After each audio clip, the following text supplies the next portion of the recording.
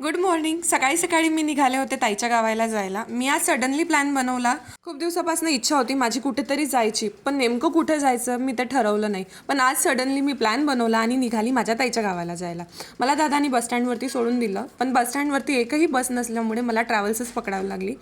मी बसले होते चिमूरच्या ट्रॅव्हल्समध्ये. भद्रावतीपासून चिमूरला पोहोचायला मला 2 तास लागले. त्यानंतर मी आणखी एकदा बस चेंज केली आणि पोहोचले उमरेडला जायला. मी घरी कोणालाच सांगितले नव्हते मी आज येणार आहे. त्यामुळे मला बघून सगळे शॉक झाले आणि मी पहिल्यांदा एकटी ट्रॅव्हल करते आहे. नेहमी माझ्यासोबत कोणी ना कोणी असते, पण यावेळेला एकटी गेली. त्यामुळे त्यांना असं वाटलं की मी आल्यानंतर माझ्यासोबत आणखी कोणीतरी आहे मागे. त्यामुळे दक्ष बाहेर पाहायला गेला. मावशी एकटी आली की कोणी आणखी तिच्यासोबत आलं आहे. त्यांच्या चेहऱ्यावरची स्माईल तुम्ही बघू शकता की ते मला बघून किती खुश झाले.